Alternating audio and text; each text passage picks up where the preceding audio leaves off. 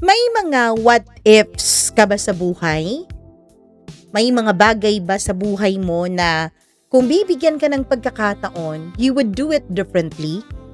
Yun para bang pinagsisisihan mo ng lubos? Meron ba? May mga bagay ba na kung maibabalik mo lang, iba sana ang iyong pinili at ipinaglaban? Hi everyone! Welcome back dito sa ating channel. Medyo maputla yata ako today. Nakalimutan kong maglagay ng lipstick but anyway, who cares, diba? Hindi naman yung mukha ko ang pinuntan nyo dito, kundi ang ating kwentong tampok para sa araw na to. Nako, sigurado ako somehow, someway, makakarelate ka rin dahil alam ko, sometime in your life, may pinagsisihan ka rin. May mga what ifs ka rin. Kaya sagutin natin ang what if ng ating letter sender for today's video. Dito lamang sa Dear Mama Mia.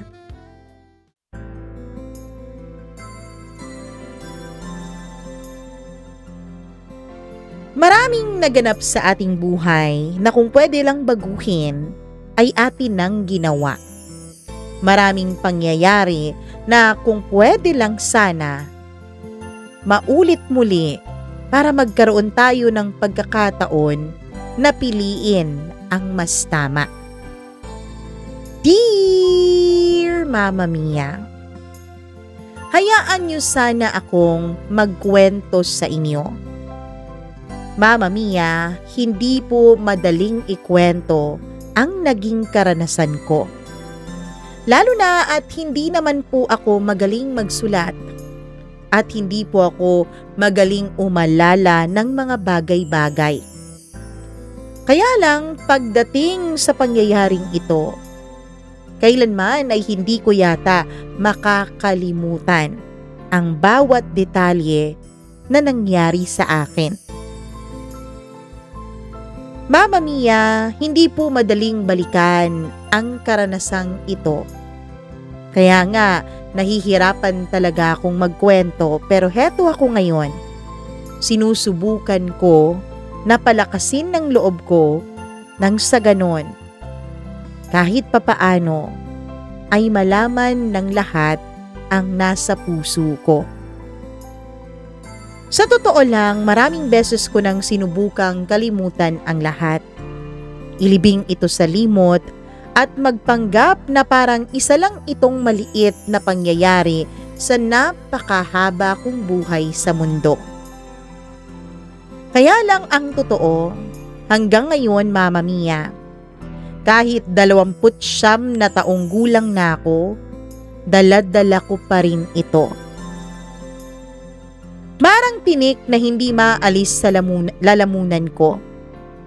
Parang kantang hindi mo makalimutan kahit ayaw mo nang marinig. Kaya sana kung may oras kayo, sana magawa niyong pakinggan ang kwentong ito hanggang dulo. Uunahan ko na kayo. Hindi ito kwento ng isang bayani. Hindi rin ito kwento ng isang lalaking nagtagumpay lalo na sa larangan ng pag-ibig. Ito ay kwento ng isang lalaking nakulong at nahuli sa sarili niyang takot. At ako ang lalaking yun, Mama Mia. Tawagin niyo na lamang ako sa pangalang Fritz. Single ako, walang asawa, walang kinakasama, at wala ring girlfriend. At hindi dahil sa walang pagkakataon o wala akong mapagpipilian. Sa totoo lang, Mama Mia, kung titingnan ninyo ang buhay ko mula sa labas, iisipin ninyo siguro na maayos naman ang lahat. Bakit wala pa siyang asawa?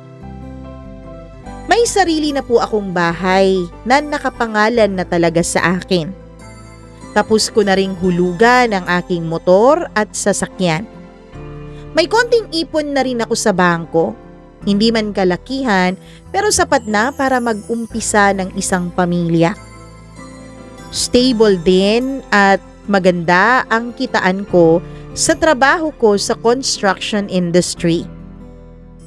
Ilang taon na rin akong project manager. Nakapagpatayo na ako ng mga gusali, subdivision, at ilang malalaking proyekto sa iba't ibang probinsya.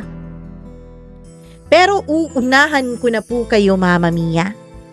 Hindi po related sa kahit na anong flood control projects ang construction company na pinagtatrabahuan ko. Pero Mama Mia, kahit kumpleto na ang lahat ng requirements na yon, para ako ay maging masaya at isipin na isa ako sa pinakamasuswerteng tao sa mundo,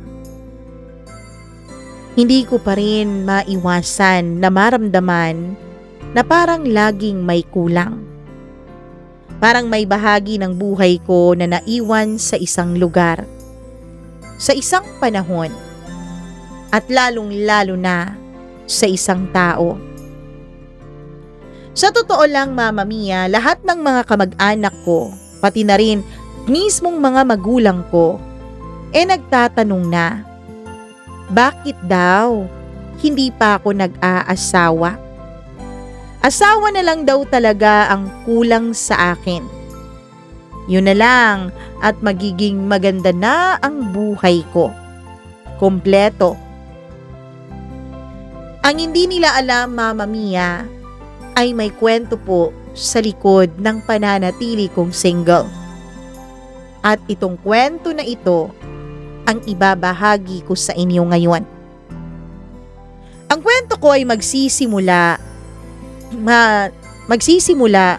kulang-kulang 20 taon na ang nakakaraan. Siguro nasa 17 o 18 years. Kaya bata-bata pa ako noon. Hindi bata sa edad tulad ng high school pero bata pa.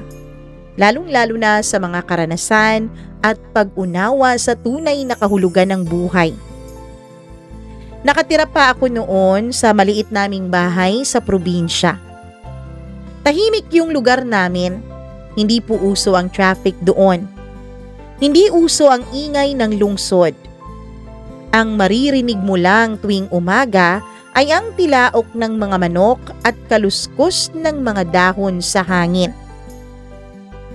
Ang mga kapitbahay ay magkakakilala. Kapag may handaan, halos buong barangay ay imbitado. Simple lang ang buhay namin. Meron mang mga Android at smartphones na noon, pero hindi pa po uso ito sa aming lugar. Hindi rin po uso ang Facebook kahit meron na. Kasi sa totoo lang, Mama Mia, wala pa pong signal noon dun sa aming probinsya. Kung gusto mo talagang kausapin ng isang tao, talagang pupunta ka sa bahay nila. Kung may gusto kang sabihin na hindi mo kayang sabihin ng harapan, susulat ka ng liham.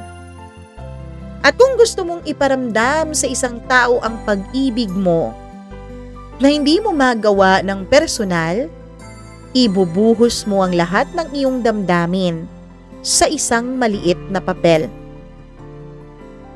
At sa lugar namin noon, Mama Mia, may isang bahay na hindi naman literal na katabi ng bahay namin, pero malapit lang. Mga 5 minutong lakaran lang.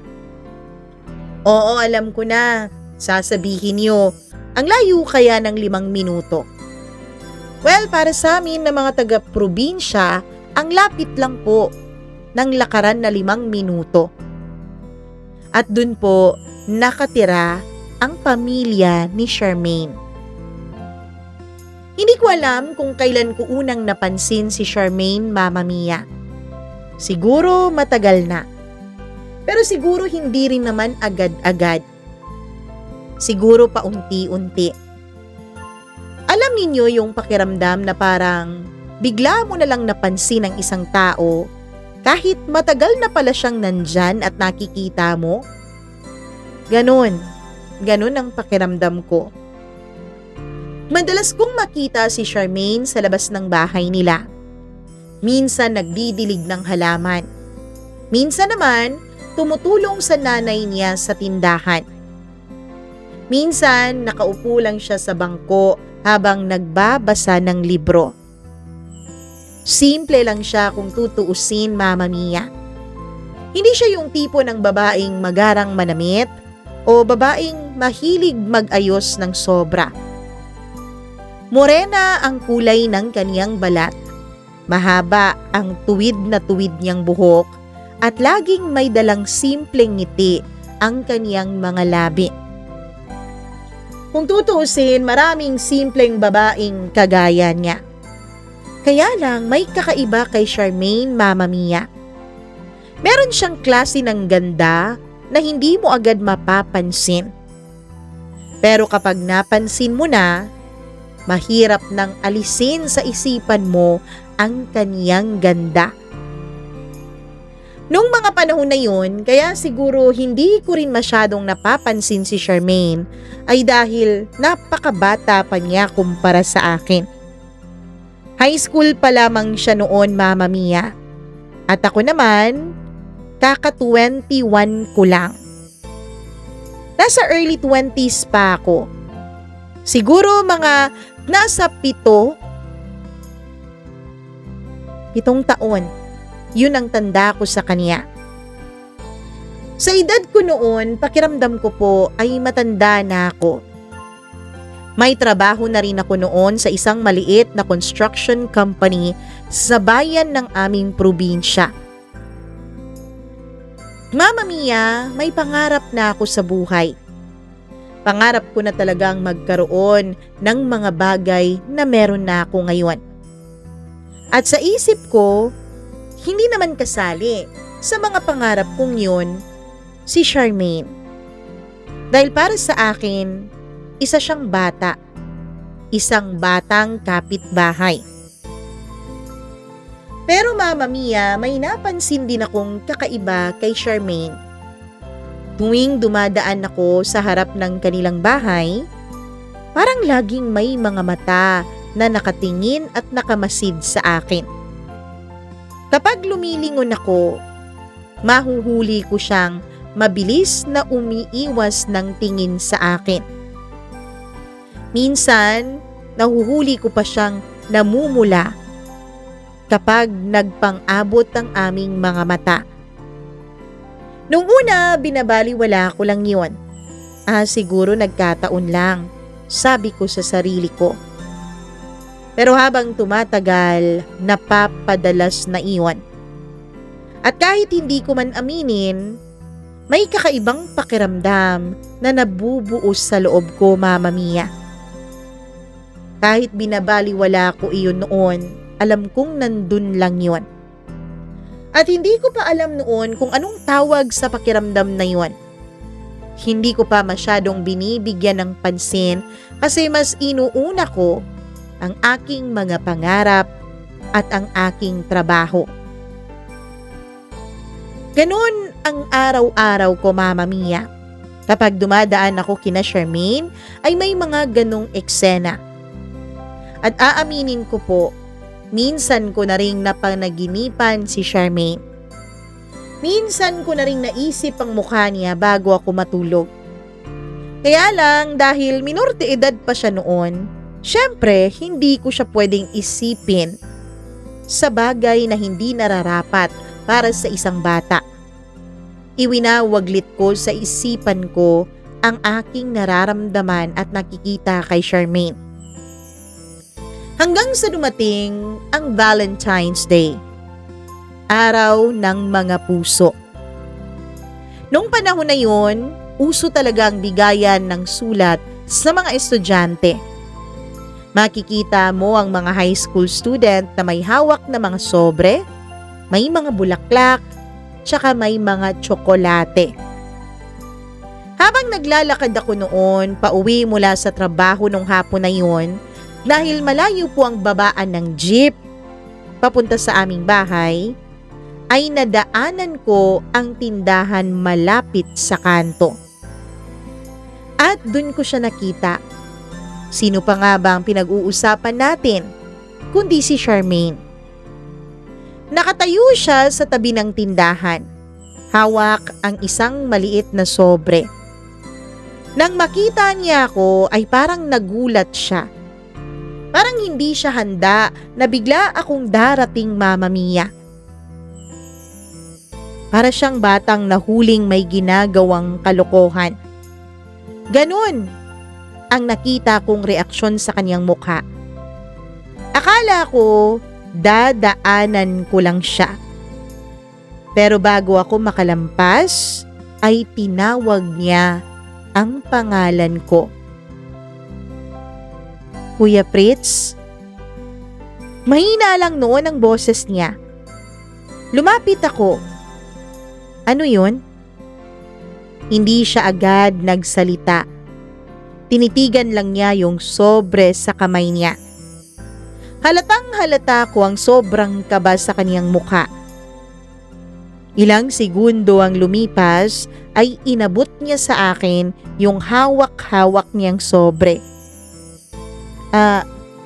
Para po sa inyo. Napakunot ang noo ko, Mama Mia. Para saan naman to? Tanong ko. Hindi siya sumagot. Ngumiti lang siya ng konti pero halata pa rin sa kanyang itsura at kilos ang sobrang kaba. Tapos mabilis siyang tumakbo papasok sa bahay nila. Iniwanan niya akong nakatayo doon. Hindi nakakilos agad at hawak ang sobrang inabot niya sa akin. Habang naglalakad ako pa uwi ay hindi ko maiwasang tingnan yung sobrang hawak ko. Medyo gusot ito. Halatang ilang beses nang binuksan at sinarado. Sa harap ng sobre, may nakasulat pa talaga na maliit na sulat kamay. Smile before you open. Napapangiti na pala ako nang hindi ko namamalayan yun, Mama Mia. Pagdating ko sa bahay, agad akong pumasok sa kwarto ko. Umupo ako sa kama. Tapos dahan-dahan kong binuksan yung sobrang inabot niya sa akin. At doon na nga nagsimula ang isang kwentong hanggang ngayon ay dala-dala ko pa rin. Sa loob ng sobre ay may isang papel. Papel na punong-puno ng mga salita. Isang mahabang sulat yon. Sulit na sulit ang bawat bahagi ng papel dahil punong-puno yun, Mama Mia. Halatang pinag-isipan, halatang pinaghirapan dahil sulat kamay pa talaga yun. At habang binabasa ko yun, may mga salitang hindi ko inaasahang mababasa mula sa sulat ng isang batang katulad ni Charmaine. Kuya Fritz, matagal na kitang gusto. Tuwing nakikita kita, parang ang laging bilis ng tibok ng puso ko. Alam ko po na bata pa ako. Pero balang araw, kapag lumaki na ako, gusto ko sana na ikaw yung magiging asawa ko. Napahinto ako sa pagbabasa ko, Mama Mia. Napatingin ako noon sa kisame. Hindi ko alam kung ano ang unang naramdaman ko noon. Hindi ko na maalala. Kinilig ba ako? Natawa ba ako? O nagulat? Siguro halo-halo na. Pero may isang bagay akong alam noon, Mama Mia, na hindi ko inamin hanggang sa simulan kong isulat ang kwentong ito. May kakaibang pakiramdam sa loob ng dibdib ko noon at kahit ayokong aminin, parang may maliit na bahagi ng puso ko ang natuwa. Pagkatapos kong mabasa ang sulat ni Charmaine, matagal po talaga akong nakaupo sa kama. Tahimik ang buong bahay dahil wala pa nun ang mga magulang ko at nasa bukid pa. Naririnig ko lang ang mahihinang ingay ng electric fan na paikot-ikot sa kisame. Paulit-ulit kong binasa ang sulat na yon. Hindi dahil sa hindi ko maintindihan ang nilalaman noon, kundi dahil hindi ko alam kung papaano ko ito tatanggapin. Sa bawat salitang binabasa ko, parang may kung anong kumikiliti sa dibdib ko. Hindi iyon yung tipong kilig ng isang batang lalaki. Pakiramdam ko, parang mas malalim yata yon. Mas seryoso. Pero kasabay noon ay may bumubulong sa isip ko. Ano ka ba? Napakabata pa niya. High school pa lang siya. Minor de edad pa. Ano na lang ang sasabihin ng mga tao sa'yo? Sa probinsya kasi, Mama Mia, mas mabilis pong kumalat ang tsismis. Mabilis kumalat ang mga balita. Isang maling hakbang mo lang, buong barangay na ang may opinyon tungkol sa pagkatao mo. Kaya kahit may parte ng puso ko na gustong ngumiti, may mas malaking parte ng utak ko na nagsasabing mag-ingat ka. Kinagabihan, hindi ako mapakali.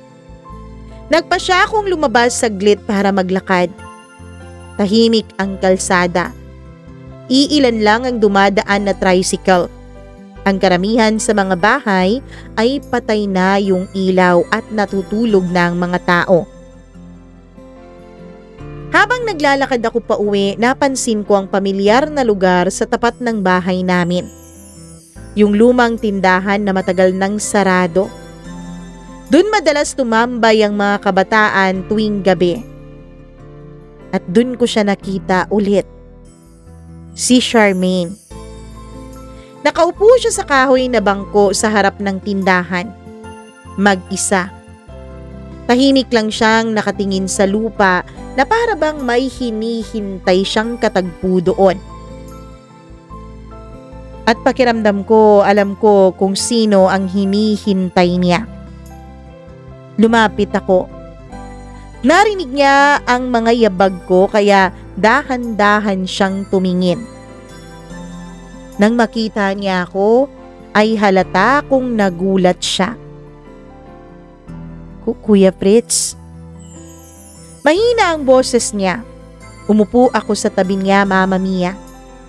Sandali kaming nanahimik. Ramdam ko noon ang kaba niya. Pero mas ramdam ko ang sarili kong kaba.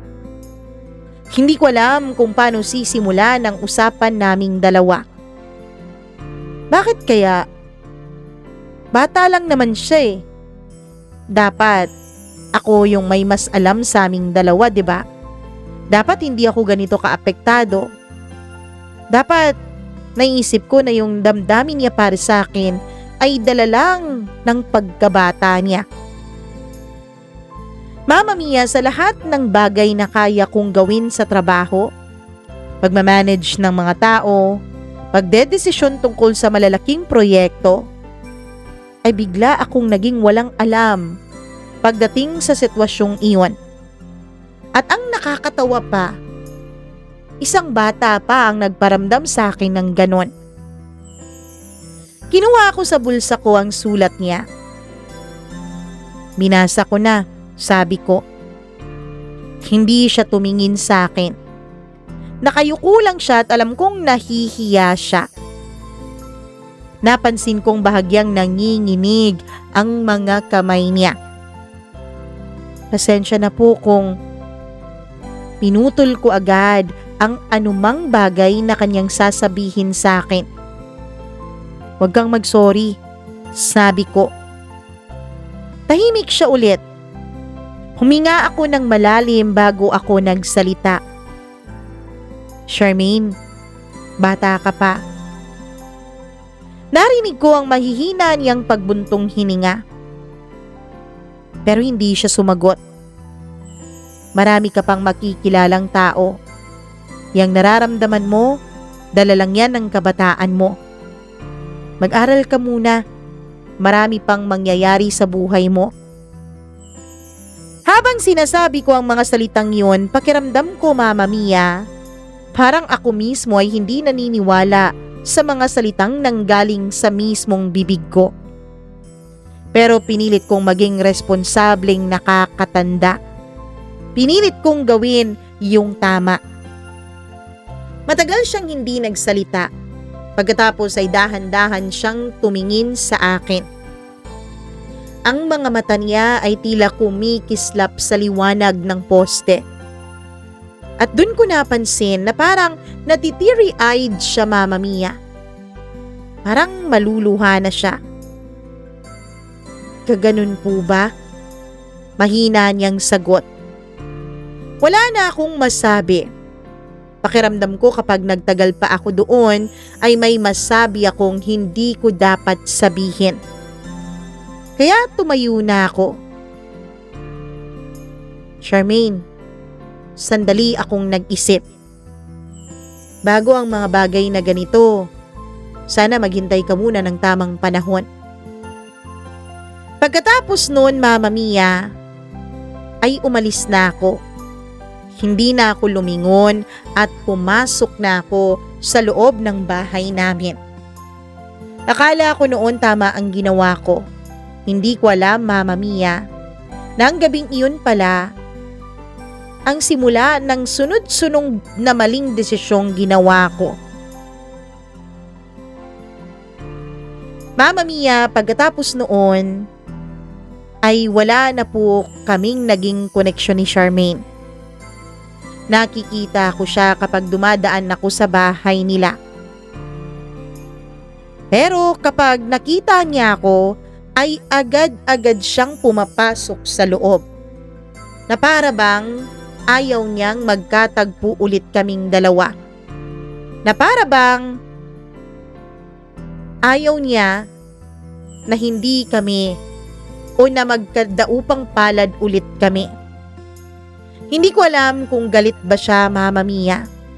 Hindi ko alam kung may nasabi ba akong ikinasama ng loob niya. Siguro dahil bata pa siya, hindi niya masyadong naintindihan ang mga paliwanag ko. Siguro dahil bata pa siya, mas nauna niyang maintindihan ang nararamdaman niya kaysa sa mga sinasabi ko na para lang din naman sa kanyang ikabubuti. At dahil sa nangyayaring yun, kapag dumadaan ako sa kanilang bahay ay hindi ko na po siya nililingon. Tahimik na lamang ako. Hanggang sa isang gabi, gaya ng sabi ko sa inyo, kapag meron pong handaan ay imbitado po ang buong barangay doon sa amin. Nagkaroon ng marangyang handaan ang isa naming kapitbahay. Dahil yung kanyang anak ay ikinasal na. At kapag may kasal sa lugar namin ay talagang bongga yun, Mama Mia. Napakaraming abay at napakaraming handa, pagkain at inumin. At isa sa mga abay na yun ay walang iba kundi si Charmaine. Dahil pinsan niya yung ikinasal. Mama Mia, naimbitahan ang mga magulang ko. At dahil Sabado iyon, wala pong pasok, kaya pumunta na rin ako. Kapag may handaan sa aming barangay, mula umaga hanggang hating gabi po yung kasiyahan. At dahil nga probinsya, natural lang ang mga inuman. Mama Mia, mag-aalas 10 na ng umaga nung mag-uumpisa ang kasal. Nakita kong lumabas na ang mga abay mula sa kwarto sa kung saan sila minake-upan ng kanilang makeup artist. At ewan ko ba, nung nakita ko si Charmaine na nakasuot ng kanyang mint green na gown, ay talagang nabighani ako sa kanyang ganda. Kapag titignan mo siya, Mama Mia, ay hindi mo mahahalatang bata pa siya. Kung titignan mo siya ay parang dalagang-dalaga na. Malaking bulas din kasi siya. Matangkad at pormado na ang kanyang katawan sa murang edad niya pa lamang. Hindi ko maiwasang humanga noon sa kanyang kagandahan. Habang nasa simbahan kami, habang nagmimisa yung pare, hindi ko rin maiwasang sulyapan ang kinaroroonan ni Charmaine. At kahit na iwasan niya ako, nararamdaman ko na may mga pagkakataon din na sinusulyapan niya ako, Mama Mia. Pero syempre, hindi namin pwedeng ipahalata sa iba, lalo na ako. Nung natapos na ang kasal ay dun na kami sa mismong bakuran ng pinsan ni Charmaine. Ang dami ko ring mga kaidaran at mga kaibigan at kabarkada doon. Kaya naman napasubo po ako sa inuman. Mula tanghali hanggang gabi, may sayawan pang naganap. May tapunan pa ng garter at saka ng bulaklak. Hindi si Charmaine ang nakakuha ng bulaklak, kaya hindi na rin ako nagkaroon ng interes na pumatol pa at sumama dun sa paghahagis ng garter. Sa totoo lang, pinilit lang naman ako ng mga kaibigan ko kaya wala akong nagawa. At Mama Mia, sa kasamaang palad, ako pa talaga ang nakakuha nung garter. Kaya yung nakakuha ng bulaklak na kaibigan nung ikinasal na babae at ako ay nagkaroon ng parang moment. Nagkakantsawan at nagtatawanan ang lahat habang ginagaya naming dalawa yung ginagawa ng bride at groom. Habang nagkakasiyahan ng lahat ay hindi ko po naiwasan na mapalingon kay Charmaine. At doon ay nakita ko siyang nakasimangot. Nakita ko siyang halos mangiyak-ngiyak na.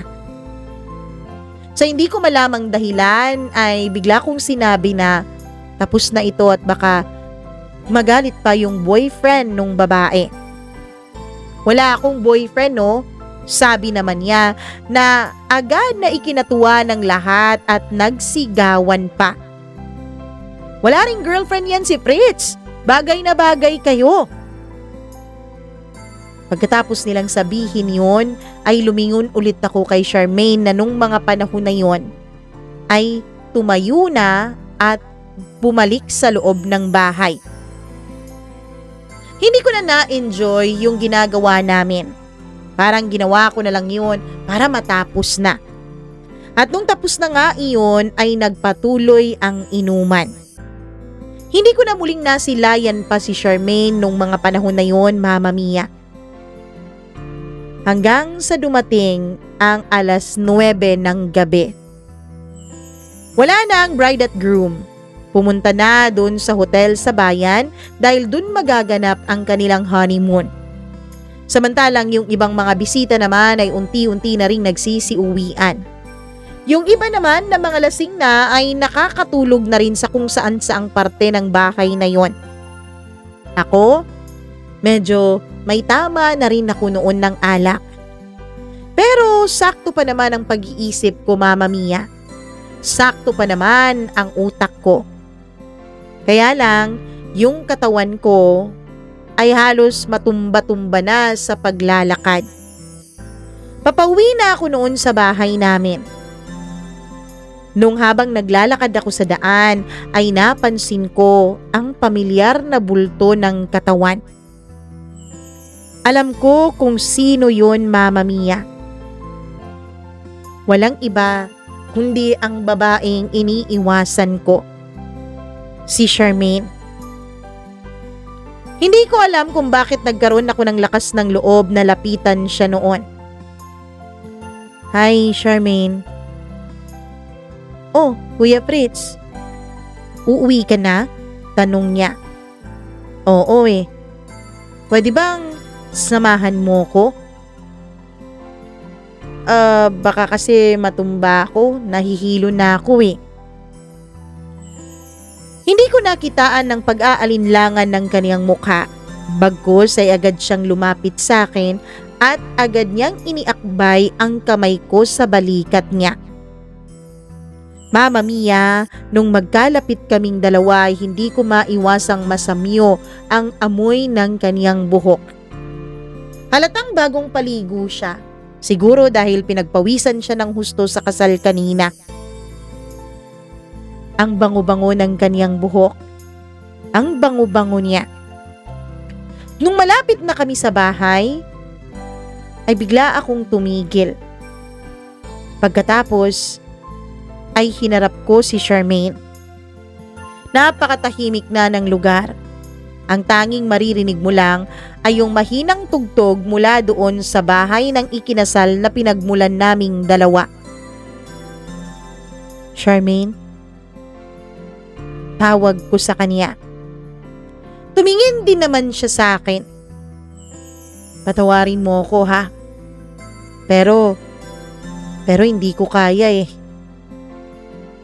Pagkatapos noon ay siniil ko siya ng halik.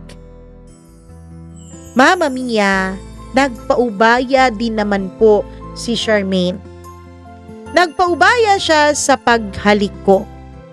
Nagpaubaya siya sa mga yakap ko. At hindi ko na namalayan. Ang sumunod na nangyari ay pumasok po kami doon sa lumang tindahan na wala nang umuukupa. Bukas kasi iyon, Mama Mia. Nakasara lang ang pintuan pero hindi naman nakalak. At alam ko, dahil tindahan yon dati ng tiyahin ko, alam kong may maliit na katre sa loob. Hindi ko na namalayan na nakapasok na pala kaming dalawa ni Charmaine sa loob. At lalong hindi ko na alam kung paano nangyari ang mga sumunod na nangyari. Oo, Mama Mia. Aaminin ko po. Alam ko pong hindi tama. Alam ko pong mali, lalo na sa isang katulad ko. Alam kong hindi ko dapat ginawa iyon. Mama Mia, may nangyari sa aming dalawa ni Charmaine. Ni wala man lang siyang pagtutol. Ni wala man lang siyang pasabi na hindi at na ayaw niya. At ako naman nung mga panahon tila nawalan ng lakas ng loob ang utak ko na gawin kung ano ang tama dahil na rin siguro sa alak. Alam kong walang magandang rason. Walang katanggap-tanggap na rason para sa nagawa ko, Mama Mia. Pagkatapos na may nangyari sa amin ay dun ako parang nagising sa isang katotohanan. Parang biglang nawala ang kalasingan ko. Sorry Charmaine, hindi ko sinasadya. Sana walang makaalam nito.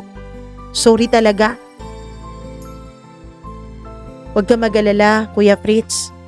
Walang makakaalam. Huwag kang mag-alala, hindi ko ipagsasabi to. Sabi ni Charmaine habang mabilis na nagbihis at saka umalis sa loob ng tindahan na iyon na hindi man lang lumilingon sa akin. Ako naman noon ay gulong-gulo ang utak ko, Mama Mia. Nagbihis din ako at agad umuwi sa aming bahay na nasa harapan lang. Pumasok ako sa kwarto ko. Litong-lito ako. Kinakabahan ako. Paano ko nagawa ang bagay na yon? Bakit ko ginawa ang bagay na yon? Grabe, Mama Mia. Grabing kaba ko habang iniisip ko yon. Halos hindi ako makatulog buong gabi kahit nakainom naman ako ng marami. Kinabukasan, Mama Mia, ay hindi ako halos makalabas ng bahay. Buti na lang at linggo yun kaya walang pasok. Inaya ako ng nanay ko na magsimba daw kami. Kayo na lang muna, Nay. Kasi masama ang pakiramdam ko. Ang dami ko kasing nainom kagabi. O siya, sige. Ikaw na munang bahala dito sa bahay. Alis na muna kami ng tatay at mga kapatid mo. Mama Mia, magmula sa araw na yon, maagang maaga na akong umaalis papuntang trabaho at gabing-gabi na akong umuuwi. Inubos ko ang oras ko sa overtime dahil ayokong makita si Charmaine. Natatakot akong makita siya. At sa totoo lang, habang tumatakbo ang oras, habang tumatakbo ang araw, hindi mawala sa isipan ko ang sobrang takot. Paano kung may ibang makaalam? Paano kung may ibang pagsabihan si Charmaine? Paano na lang ang kinabukasan ko? Paano kung makulong ako? Kung ano-ano nang pumasok sa isipan ko, Mama Mia. Hanggang sa 3 linggo matapos ang nangyari sa aming dalawa ni Charmaine, ay nagbago ang buhay ko. Meron akong isang kaklase na galing Maynila. Ang sabi niya sa akin, may opening daw dun sa pinagtatrabahuan ng pinsan niya na isang malaking kumpanya sa construction. Mag-submit ka dun. Sayang yung talento mo kung dito ka lang mabubulok sa probinsya natin. Sabi niya. Mama Mia, agad akong nag-submit. Hindi dahil sa malaking kumpanya yon, kundi dahil para makaalis ako sa lugar namin. Agad din naman akong natanggap, Mama Mia, dahil sa magandang rekomendasyon ng boss ko at nung kaibigan ko at ng pinsan niya. Mas maganda ang sahod, mas malaki ang oportunidad. Pero may kapalit, Mama Mia. Kailangan kong magtrabaho sa mga malalayong lugar. Kailangan kasi na mag-lead ako ng projects eh. At kapag ako ang lead sa isang proyekto, kailangan nandun ako sa site palagi. Minsan nasa ibang probinsya ako. Minsan halos buwan bago ako makauwi. Minsan naman ay dun ako sa Maynila kung saan nandun ang main office ng construction company namin. Sa una, Mama Mia, aaminin ko pong mahirap. Pero kalaunan ay nasanay din ako. At dahil doon, hindi na ako makauwi sa probinsya namin. Nagustuhan ko yung trabaho. Nagustuhan ko ang sahod. Nagustuhan ko ang pagiging abala ko dahil nakakalimutan ko si Charmaine. Nakakalimutan ng konsensya ko ang nangyari sa amin. Ang trabaho ko ang naging sentro ng buhay ko, Mama Mia. Minsan, nagtatampo na nga ang nanay ko dahil hindi ko siya mabisita o matawagan man lang. Napaka-busy kasi talaga ng buhay ko eh. Gigising ng maaga, mag-i-inspeksyon ng site, makikipagpulong sa mga engineers at foreman, uuwi sa inuupahan kong kwarto na pagod na ang katawan.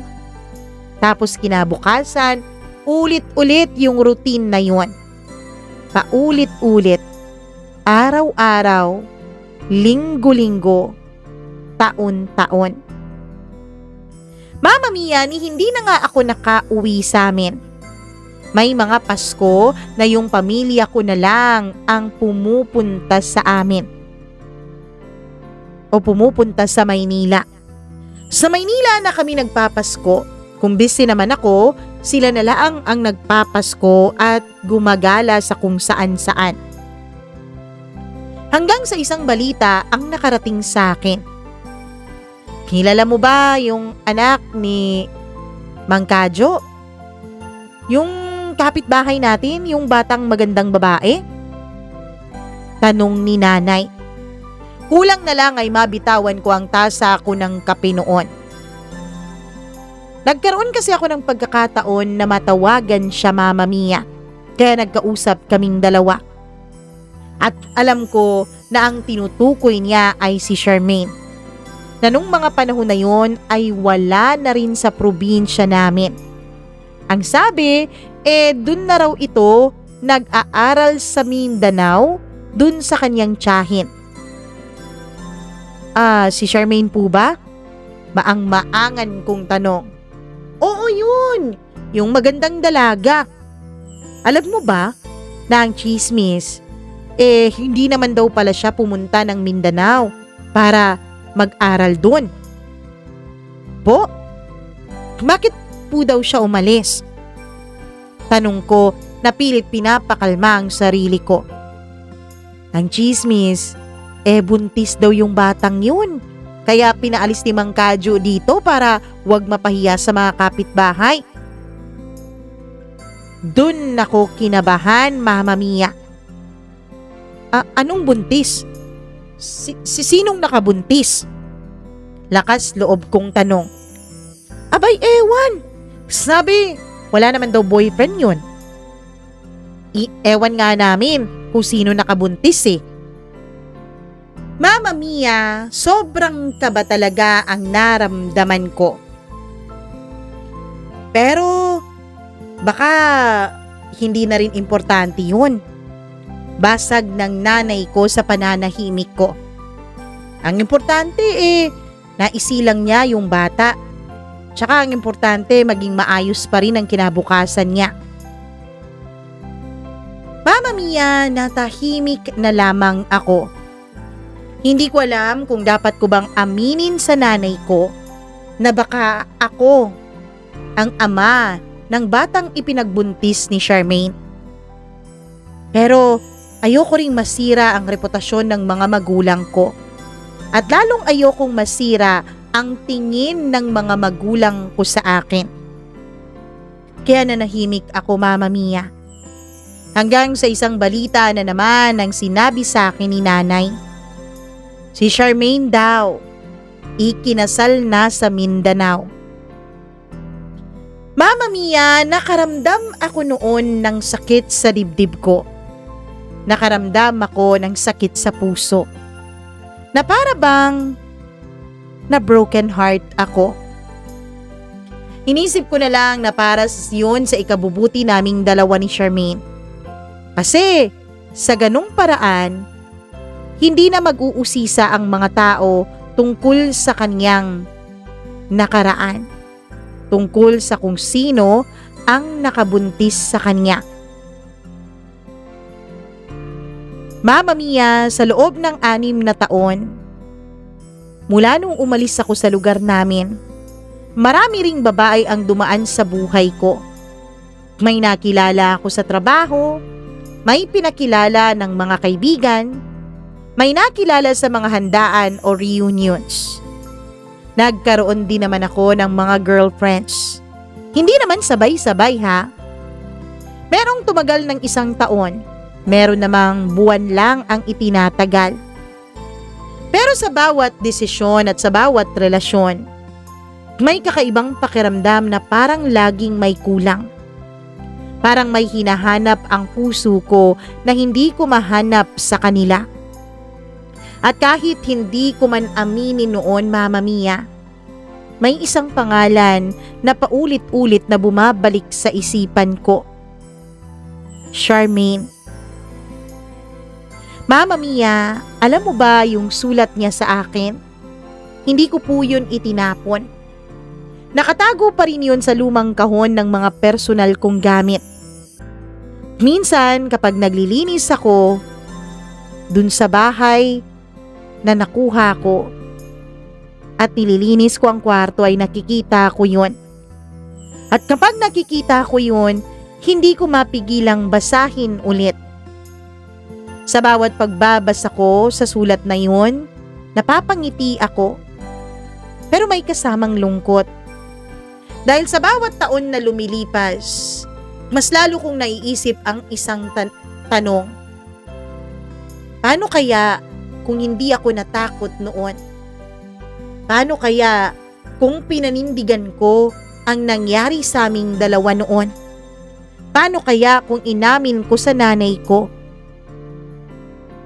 Bago pa man ikinasal si Charmaine, na baka ako ang ama ng kaniyang anak. Baka iba ang buhay ko ngayon. Isang gabi habang nasa inuupahan ako ng kaibigan ko, Mama Mia, ay bigla siyang nagbanggit ng isang pangalan.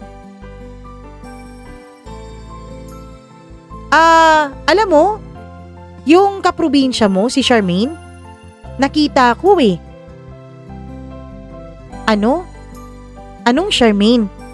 Tanong ko sa kanya. Si Charmaine, yung nakilala ko nung minsang nagbakasyon tayo noon. Diba? Yung kaprobinsya ninyo ng pinsan ko? Natahimik ako, Mama Mia. Hindi ko akalain na ang simpleng pagbanggit lang ng ibang tao sa kaniyang pangalan ay may kakaibang dating sa akin. Bakit? Anong tungkol sa kanya? Nagkita kami. Bro, parang walang asawa. Ang ganda-ganda pa rin niya. Tahimik lang ako. Tumatango-tango. Pagkatapos nun, Mama Mia, sabi ko aalis na muna ako dahil may importante akong aasikasuhin.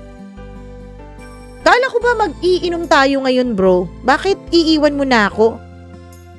Sorry may itinext kasi si Mama, importante to. Hindi na ako nagpaawat pa. Umuwi ako. Tinuloy ko rin naman yung pag-inom ko, Mama Mia. Bumili ako ng alak at umuwi ako sa bahay ko. Tahimik ang paligid habang tinutungga kong mag-isa ang isang malaking bote ng grande ng beer. Kalahati na ang laman nun. Sa tabi ng boteng iyon ay nandun ang lumang kahon na dala ko kung saan-saan.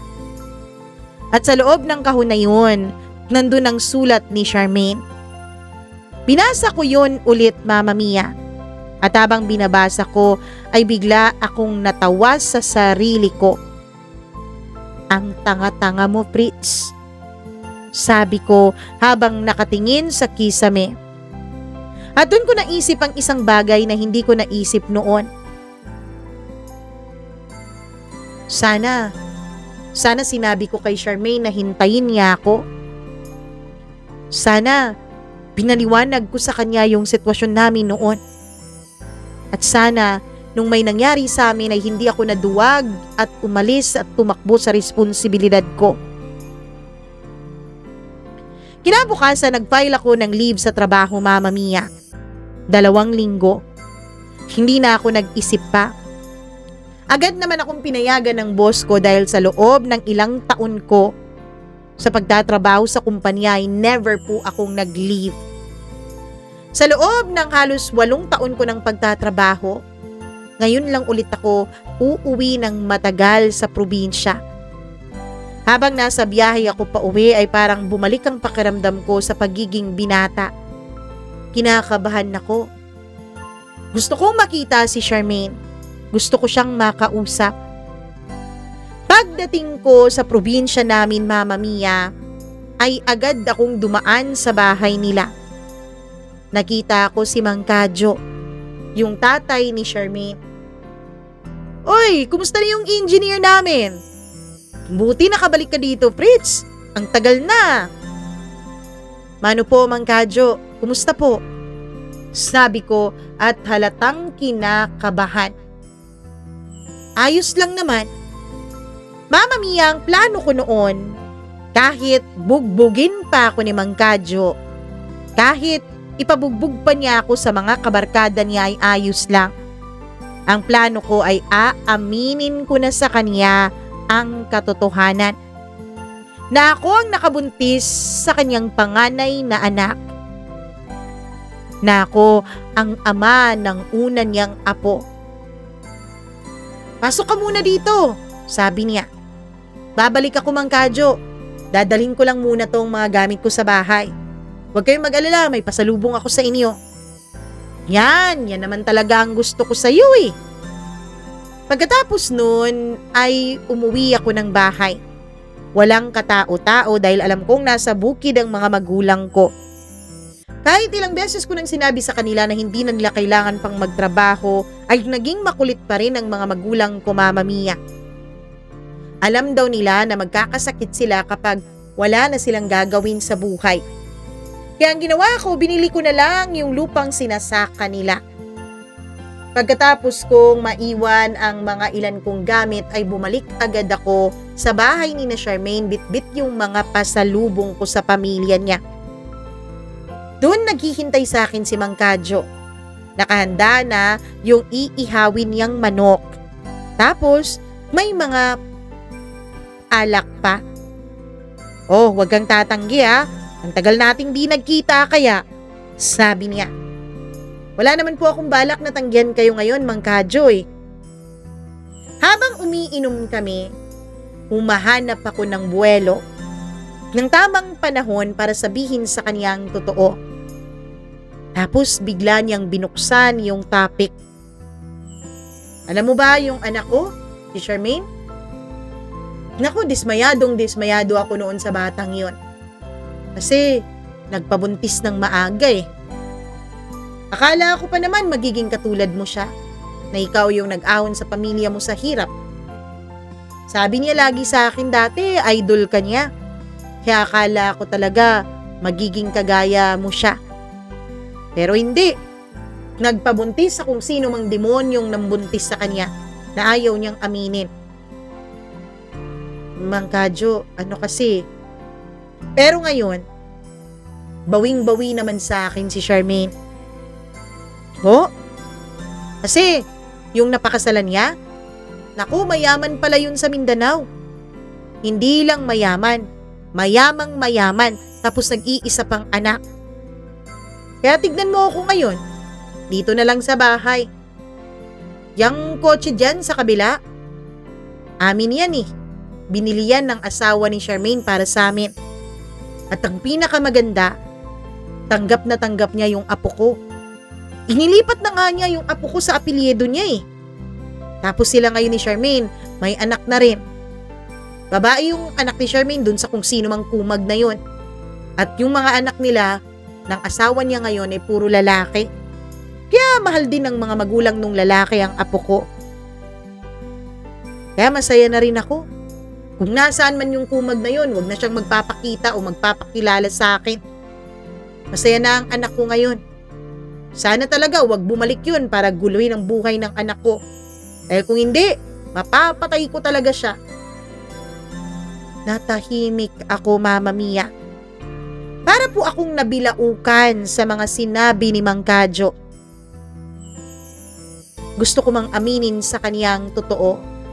Gusto ko mang mag-sorry. Gusto ko mang sabihin na ako yung walang hiyang nang iwan sa anak niya. Ay hindi ko magawa, Mama Mia. Hindi dahil sa natatakot ako, kundi dahil ayoko nang guluhin ang buhay ni Charmaine. Lalong-lalo na ang buhay ng anak ko. Ayoko nang manggulo sa buhay ng mga may buhay. Kaya tumahimik na lang ako, Mama Mia. Oh, ano nga pala yung sasabihin mo? Wala. Ang sabi ko, ang swerte niyo. Oo nga eh. Buti na lang at sinwerte pa rin si Charmaine. Alam mo bang nandun na siya sa Maynila ngayon? Kasi siya na yung nagmamanage ng ibang mga negosyo ng asawa niya. Masaya na si Charmaine ngayon. Tignan mo, ito, yung mga pictures na pinadala niya sa amin. Sandali ah. Tapos dun, binuksan niya yung kaniyang cellphone. Pinakita niya sa akin yung mga pictures ni Charmaine kasama ng pamilya niya at ng anak namin, Mama Mia. Alam kong anak namin yun. Pero paano ko nga ba yun aaminin sa harap ng lahat? Paano ko nga ba aaminin na ako ang ama ng isang batang inabandona kung ako mismo ang umalis at nang iwan sa kanila? Mama Mia, umalis ako sa bahay ni Mang Kadyo, nabagsak ang balikat, nawala ng pag-asa. Umalis ako sa kanilang bahay na alam ng tapos na lahat ng bagay sa amin ni Charmaine bago pa man ito nagsimula. Pagkatapos ng ilang araw ay bumalik din agad ako sa Maynila. Wala naman akong napala sa probinsya eh. Ang ginawa ko na lang doon ay ginugol ko ang oras ko para sa pamilya ko, lalong-lalo na sa nanay at tatay ko. Hindi na ako noon umaasa pa na muling magkukrus ang landas namin ni Charmaine. Pero Mama Mia, hindi ko alam na mangyayari pala iyon. Isang napakaabalang hapon. Umuulan ng malakas kaya nandun ako sa isang mall. Aalis na sana ako at alam kong hindi na bumabaha nung mga panahon na yun sa dadaanan ko nung bigla akong may nakabungguang isang tao. Isang babaeng malambot at mabango. Malambot ang kanyang katawan. Nung angat ako ng tingin mula sa cellphone ko ay nagtagpo ang mga mata namin. Walang iba kundi si Charmaine, Mama Mia. Ang babaeng 8 taon ko nang hindi nakita. Ang babaeng nagiging multo sa aking mga alaala. Charmaine? Kuya Fritz? Hi, kumusta ka na? Sabi ko nung nakabawi ako sa pagkabigla. Agad ko siyang inayang magmerienda. Nakalimutan ko nang may lakad pala kami noon ng kaibigan ko. Gusto kong makausap si Charmaine. Agad din naman siyang nagpahintulot, Mama Mia. Doon ako humingi ng tawad sa kanya.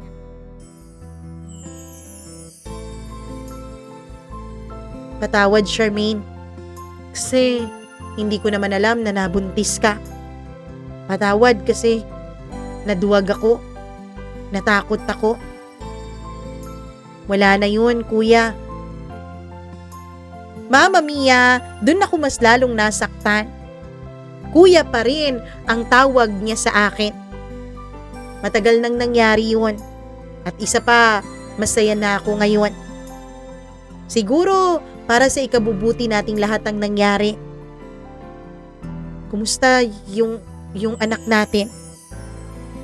Kuya, may pakiusap sana ako sa'yo. Huwag mo na sanang banggitin ang tungkol sa anak ko, ha? At sana, huwag mo nang guluhin ang buhay niya. May mabuti. At isang napakagaling na daddy na siyang kilala ngayon. Sana, ibaon na lang natin sa limot ang lahat. Ilang sandali pa ay nagpaalam na si Charmaine sa akin dahil nandito na raw ang kanyang mag-aama. Kahit ilang minuto na akong nakatanga doon sa loob ng coffee shop na yon, Mama Mia, ay hindi pa rin ako makakilos. Hindi ako makapaniwala na nagkita kaming dalawa at lalong hindi ako makapaniwala na tinapos na nga niya ang lahat. At alam ko, Mama Mia, na kung tutuusin, pwede ko namang guluhin ang buhay niya eh. Pwede ko namang sabihin sa iba yung katotohanan. Pero alam kong tapos na rin ako doon. Tapos na ako sa pananakit sa kanya. Tapos na ako sa pagbigay ng komplikasyon sa buhay niya. Ngayon, ang dapat ko na lang gawin ay bigyan siya ng kalayaan at hayaan siyang lumigaya ng tuluyan. Kaya nanahimik ako, Mama Mia. Kinalimutan ko ang tungkol sa aming dalawa at sa aming anak. Ngayon, 39 na taong gulang na ako. Mag-isa lang akong nakatira sa bahay na pinagawa ko ilang taon na ang nakakalipas. Tahimik ang bahay ko tuwing gabi. Minsan kapag wala akong ginagawa, binubuksan ko yung lumang kahon sa aparador ko. At sa loob ng kahon na iyon ay may ilang lumang larawan, mga lumang resibo, mga lumang alaala ng mga lugar na napuntahan ko. At sa pinakailalim ng kahon na iyon, nandun pa rin ang isang lumang sobre. Medyo kupas na ang papel, medyo gusot na rin sa paglipas ng panahon. Pero malinaw pa rin ang sulat sa harap nito. Smile before you open. Sa tuwing nakikita ko ang liham na yon ay napapangiti pa rin ako. Hindi dahil masaya ako kundi dahil naaalala ko ang isang panahon sa buhay ko na simple lang ang lahat.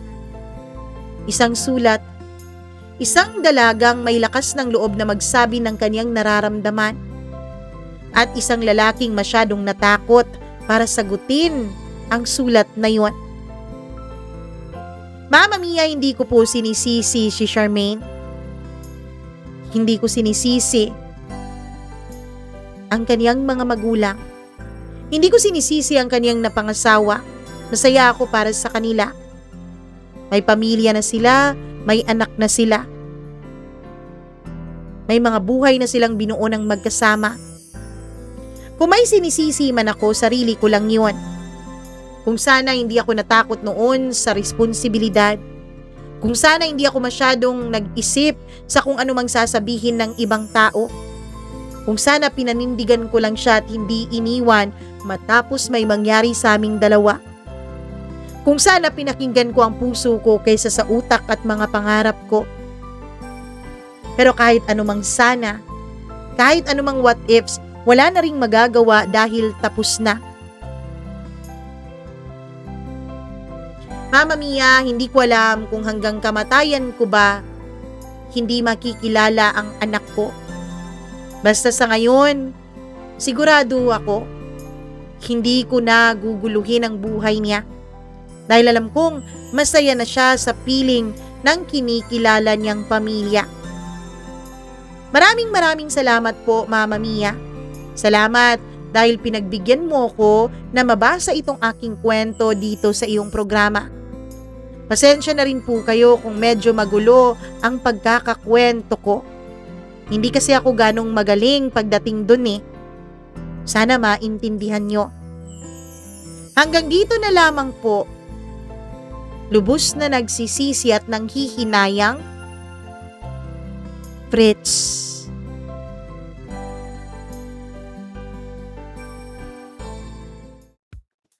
Kung maibabalik ko lang. Charot. Ganun pala ang kwento ni Kuya Fritz. Ay nako. Yan talaga eh. May mga pagsisisi talaga. Alam mo, medyo nainis ako sa'yo dahil inano mo si hindi talaga nainis. Inis na inis ako dahil inano mo si Charmaine, ang bata-bata pa niya noon. Pero tapos naman na yun, wala tayong magagawa. Di ka naman niya kinasuhan, ni hindi ka nga niya pinahamak. Kayong dalawa nga lang ang nakakaalam tungkol sa katotohanan ng inyong anak sa buhay ng inyong anak. Na hanggang ngayon, pinanatili nyo pa rin lihim. Anyways, Kuya Fritz, kuya. Ang hiling lang sana namin ay sana dumating yung panahon na ipakilala ka ni Charmaine dun sa anak ninyong dalawa. Kasi kahit na meron ka ring ginawang mas mabuti pa rin talaga kung makilala mo yung anak ninyo. To Charmaine, kung nanonood o nakikinig ka man ngayon, sana dumating ang panahon na yun. Alam ko darating yun hindi man ngayon. Kita nyo ba tong nail cutter na to? Sorry. Hindi man ngayon, pero darating din yun. 'Di ba?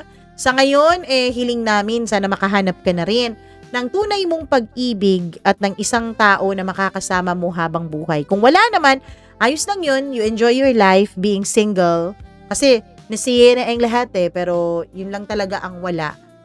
At di ko alam kung naghahanap ka pa, lalo't ramdam ko sa pagkakasulat mo na hanggang ngayon, mahal mo pa rin si Charmaine. Pero baka huli na rin talaga ang lahat sa inyong dalawa. Anyway, sa inyo na nakikinig ngayon, ako para makarating to kay Charmaine, share nyo na, diba? Share nyo na ang kwentong ito. Baka makarating kay Charmaine, baka may makapagsabi sa kanya o baka mapanood niya. Diba? Share nyo na, go na. At huwag nyong kalimutan na mag-like din sa video na ito. At huwag kakalimutan na mag-subscribe dito sa ating channel. Kung hindi pa po kayo subscriber, click the notification bell para lagi po kayong updated kapag meron tayong bagong upload o bagong kwentong inilalabas. Bago ako umalis, nais ko munang mag-hi and hello sa ating mga members na laging nakikinig sa atin at laging bumibisita sa ating channel kung hindi nagno-notify sa kanila yung ating bagong upload. Hello ako kay Freaky, kay Mila Raduban, Gail Easy, Maureen Tugab, Maria Elena Abe, hello din kay Diane Martinez, Smackdax, Benson Boyser, Gimaras Girl, Colleen Bueno, Rico Sedanco, Rose Arevalo, Miriam Gutierrez, Jasmine Magbanwa at Marlia Giana Shane. Maraming salamat sa inyong pagpapamember at sa pananatili niyong member dito sa channel natin. Hello din pala ako kay Charlene Baclohan, Marvy Montecillo, maraming salamat sa pakikinig. Ruby Ramos, Alcura Ukit, Jocelyn's Channel, maraming thank you. Shout out din sa'yo. Ronnie Dioso, maraming salamat sa pakikinig. Hello din ako kay Melissa Briones. Thank you very much. Maraming salamat din kay Elizabeth Lagunday na lagi ding nakikinig sa atin. Kay Conan TV, maraming thank you. Jaime Rodriguez, Sai, maraming salamat, Sai. Hi din kay Leonor de la Cruz. Maraming salamat sa inyo. RD Edria, Mary Garbo, Kitten's Love, maraming salamat. Angelina Kapungkol, kay Anna Jane, nagigil mo ako daw. Anyways, thank you so much sa inyong pakikinig at sa lahat po ng hindi natin nabanggit na mga pangalan. Baka sa susunod nating kwento, susunod nating kwento, kayo naman po ang mabati natin dito sa ating programa. Huwag po sana kayong magsasawa at kung may sarili din kayong kwento, mag-email lamang po kayo, mamamiacdo0317@gmail.com. Ako po si Mama Mia. Magandang araw sa inyong lahat at mag-ingat po kayo. Love you! Bye!